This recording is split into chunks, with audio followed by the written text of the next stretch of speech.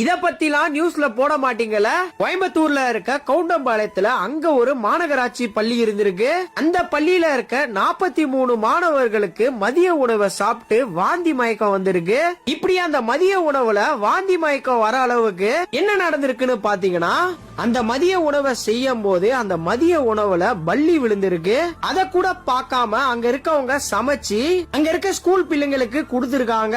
அதை சாப்பிட்டு தான் 43 மாணவர்களுக்கு இப்படி ஆயிருக்கு. இப்படி ஆனவனே அந்த 43 ஸ்கூல் பிள்ளைங்களையும் அங்க பக்கத்துல இருக்க ஒரு கவர்மெண்ட் ஹாஸ்பிட்டல்ல அட்மிட் பண்ணிருக்காங்க. இந்த நியூஸ் வெளியே தெரியக்கூடாது அப்படின்னு சொல்லிட்டு இந்த நியூஸ மறைக்க ட்ரை பண்ணிருக்காங்க.